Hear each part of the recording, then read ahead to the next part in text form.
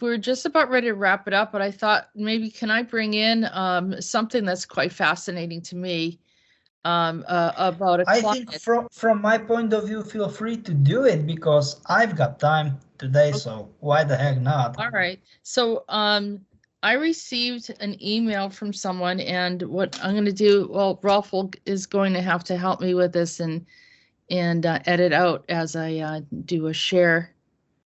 Okay. So we're going to call him Ryan. Here he is right here. That's true. So he said last night he was in a timeline. There was some kind of fight that he was watching he thought it was Mike Tyson and Holyfield boxing. And then he said he Googled and he had both the fight came up around 1996, but this year is 1996, never came up last night. So he's thinking that he was sent to 2008 and then also to a timeline where Mike and Holyfield fought each other but could be a parallel. And so I started looking into it and I'm like, okay, so you had a recall of watching Mike Tyson fight. And I said, well, there is this situation that came up of Mike Tyson, Timetraveler, right? Where people were looking at, so you can see that this part right here is actually the camera. So it's not the camera in question, but actually that's when I looked and I said, oh, wait a minute, that's you. And he looked at it as well. And we're just showing the facial comparison. So he had traveled back. Peter had, confirmed that he has in fact traveled there. He's done quite a bit of travel.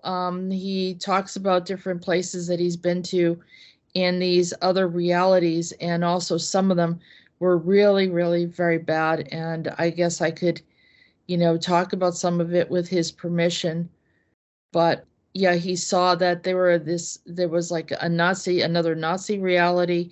There was a reality, he said, where he saw, now that we're talking about New London, it brings up something. He said, next thing I know, that I was in a classroom like with other people, students waiting for an exam or professor or something, but we were just waiting, and the next thing we were each monitoring and watching the screen. The screen would show peaceful events such as monks praying and normal happy people, and then it would glitch. There was a glitch, and there was chaos, riots, and zombies on the street, and then it would glitch back to like a peaceful scene. And then it's almost like he was looking at a screen and it was showing him what was happening. And then there was an alert to go evacuate the classroom. And a friend from a class told me to move to the hallway along with others, and we were jam-packed going through the hallway and doorway that leads to the outside. I saw others in the military uniforms at first and thought they were Nazis. However, as I got closer, I was able to see British flags on their uniform located on their shoulders. Next thing, we were in a battlefield fighting robots, droids, and Nazis, and then the battle lasted for a bit, and I was back in the room where the same crew that was fighting with, we were briefing and each other on what had happened. And the entire time I had a guide with me, and I asked him if he had been successful in securing the positive timeline, and he said more like we were successful at saving Earth. I asked what building or where we were, and he said, we're in a ship, and I understand it's a UFO. And then I started talking to each person in the room and to see where they were from, and he told me that they were all from different timelines. He remembered one from 1940, one from 2200, another from 2300, another from 8840, and he says he confirmed it twice since it was so far out.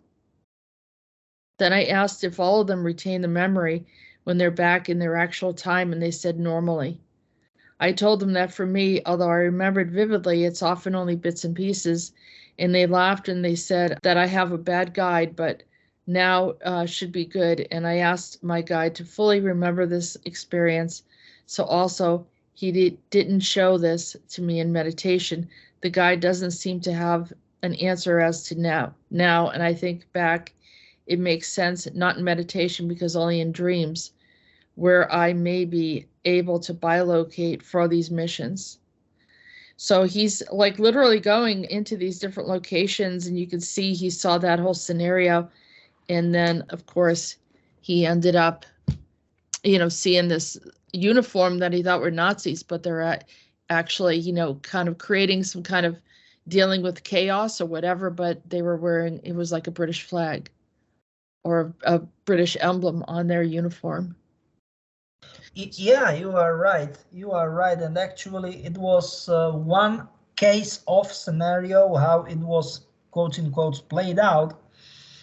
And actually, that makes or made him solid, let's say solid in that way, like he described things how literally happened, just Right. by the way. Yeah. And, a lot of people say, well, this is not a time travel event because of the camera. So they're distracted. I don't know, someone created a distraction with the camera because supposedly that was a type of phone that people thought was from our present time and did not exist at that time.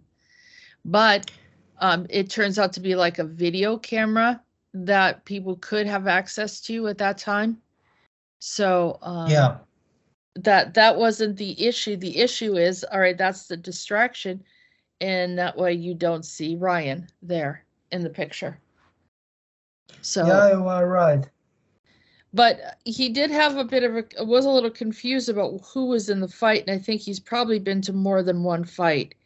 And so I started looking into that issue as well. And then I saw that he said that he saw the fight with Mike Tyson and Evander Holyfield specifically, but this fight was not with Evander Holyfield. And I said, and then I looked at that there was, is it possible that you were seeing Riddick Bowe? And I saw him fighting Evander Holyfield. And I kept on hearing the name Riddick. And Riddick Bowe is another fighter, but it's also like the futuristic movie Riddick, where, you have people, come in different forms, like the surrogate program where, like, he's Mike Tyson here, but he could be Riddick Bowe as well, or, he could be, or the Riddick that's on that moon, like there's like Vin Diesel played in that movie. So he can Yeah, you are right. forms. So there was multi things here happening. So would you say that that is the case, or was something that just came up while I was researching it?